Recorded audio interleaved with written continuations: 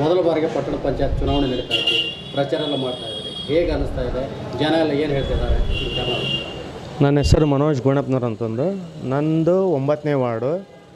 ಈಗ ನನಗೆಲ್ಲ ಈಗ ಅಲ್ಲಿ ಎಲ್ಲರೂ ಮತದಾರ ಏನು ಹೇಳ್ತಾರೆ, ಹೊಸಬ್ರು ಇರಲಿ, ಹೊಸಬ್ರನ್ನ ಈ ಸಲ ಆರ್ಸಿ ತಂದ ತರ್ತೀವಿ, ಕಾಂಗ್ರೆಸ್ ಪಕ್ಷಕ್ಕೆ ಓಟ್ ಹಾಕ್ತೀವಿ, 5 ಯಂತ್ರಕ್ಕೂ ಸೌಲಭ್ಯ ಐತ್ರಿ, 2,000 ರೂಪಾಯಿ ಮತ್ತು ಬಸ್ ಫ್ರೀ, ಗ್ಯಾರಂಟಿ ಕಾರ್ಡು ಅವೆಲ್ಲ ಇದಕ್ಕೆ ಸೌಲಭ್ಯ ಇರೋದಕ್ಕೆ ಈ ಸಲ ಕಾಂಗ್ರೆಸ್ ಪಕ್ಷನ ಬರ್ತೈತಿ ಅಂತಂದು ಹೇಳಕ್ಕೆ.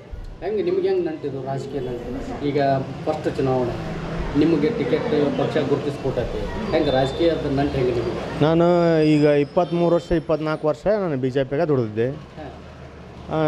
ಆದರೂ ಅವರು ಹೌದಪ್ಪ ಇಷ್ಟು ವರ್ಷ ದುಡ್ದಾನ ಅಂತಂದು ಹೇಳಿ ಪಕ್ಷದವ್ರನ್ನ ದ್ರೋಹ ಮಾಡ್ಯಾರ. ಅದಕ್ಕಾಗಿ ನಮ್ಮ ಕಾಂಗ್ರೆಸ್ನವರು ನಮ್ಮನ್ನ ಕರೆದು ಹಾಲಿ MLA ಆಗಲಿ, ex-MLA ಆಗಲಿ, ಬಣಕಾರಾಗಲಿ ಮತ್ತು ಬನ್ನಿಕೋಡ್ರಾಗಲಿ ನಮಗೆ ಕರೆದು ನಮ್ಮ ಹುಡುಗಪ್ಪ ಅಂತಂದು ಹೇಳಿ ಒಬ್ಬ ಲೀಡ್ರು ಅಂತಂದು ಮರಾಠ ಸಮಾಜ ಅಧ್ಯಕ್ಷ ಅಂತಂದು ಹೇಳಿ ನನಗೆ ಒಂದು ಸೀಟ್ ಕೊಟ್ಟಾರ.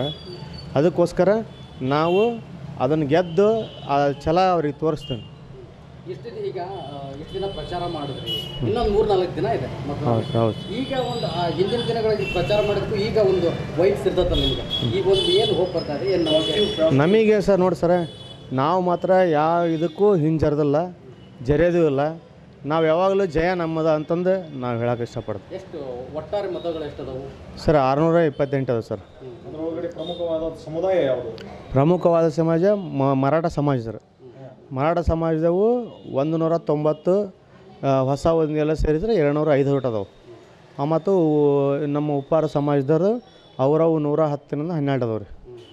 ಮತ್ತು ಇತ್ಲಾಗ ಬ್ರಾಹ್ಮಣ ಸಮಾಜದವರು ಒಂದು 47 ಅದಾವೆ ಸರ್. ಆಮೇಲೆ ಈ ಇತರೆ ಲಿಂಗಾಯತರವು ಆಮೇಲೆ ಸ್ವಾಮಿಯರವು ಸೇರಿದರೆ ಅವರ ಒಂದು ಸುಮಾರು ಒಂದು 45ರಿಂದ 50 ಅವ್ರಿ.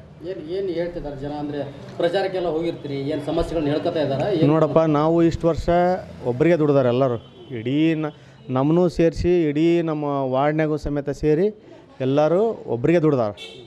ಹಾಗಾಗಿ ಈ ಸಲ ಹೊಸಬ್ರು ತರ್ತೇವೆ. ನಿಮಗಂತಕ್ಕೆ ಈ ಸಲ ಪಕ್ಕ ನಿಮಗೆ ಹಾಕ್ತೇವೆ. ನೀನೇನು ಕೆಲಸ ಮಾಡಿಸ್ತಿ ನೋಡ್ತಾವಪ್ಪ ಮನು, ಈ ಸಲ ನೀವು ಬಿಟ್ಟರೆ ಯಾರಿಗೆ ಹಾಕಲ್ಲ ನಾವು ನಮ್ಮ BJP ಅಭ್ಯರ್ಥಿ ನಿಮ್ಗೆ ಎಷ್ಟು ಮಟ್ಟಿಗೆ ಸವಾಲನ್ನು ಹಾಕ್ತಾರೆ?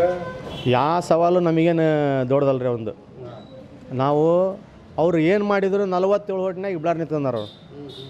ಪಕ್ಷೇತರ ವಿವೇಕ್ ಕುಲಕರ್ಣಿ ಅಂತಂದು ಮತ್ತು BJPಯಿಂದ ಒಬ್ರು ನಿಂತ್ಕೊಂಡಾರ.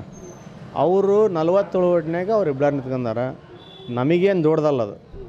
ನಮ್ಮ ಏನೋ ಒಂದು ಅವ್ರ ಸಮಾಜದವರಾಗಲಿ ನಮ್ಮ ಸಮಾಜದ ಎಲ್ಲ ಮತದಾರರು ಈ ಸಲ ಚೆನ್ನಾಗಿದ್ದಾರೆ. ಈ ಸಲ ಪಕ್ಷ ನೋಡಂಗಲ್ಲ, ನಾವು ಮನುಗೆ ಓಟ್ ಹಾಕ್ತೇವೆ ಅನ್ನೋ ಮಟ್ಟ ಮಾತಾಡ್ತಾರೆ ಸರ್. ಶ್ರೀ ಕರ್ನಾಟಕ ವಾಹಿನಿ ಮೂಲಕ ನಿಮ್ಮ ಮತದಾರರಿಗೆ, ವಾರ್ಡಿನ ಮತದಾರರಿಗೆ ಏನಂತ ರಿಕ್ವೆಸ್ಟ್ ಮಾಡ್ಕೊತೀವಿ? ಎಲ್ಲ TV ಕನ್ನಡ ವಾಹಿನಿಯರಿಗೆ ದಯವಿಟ್ಟು ಹೇಳೋದೇನೆಂದರೆ, ನಮ್ಮ ಎಲ್ಲ ಬಾಂಧವರಿಗೆ ತಿಳಿಸೋದು ಧನ್ಯವಾದಗಳು.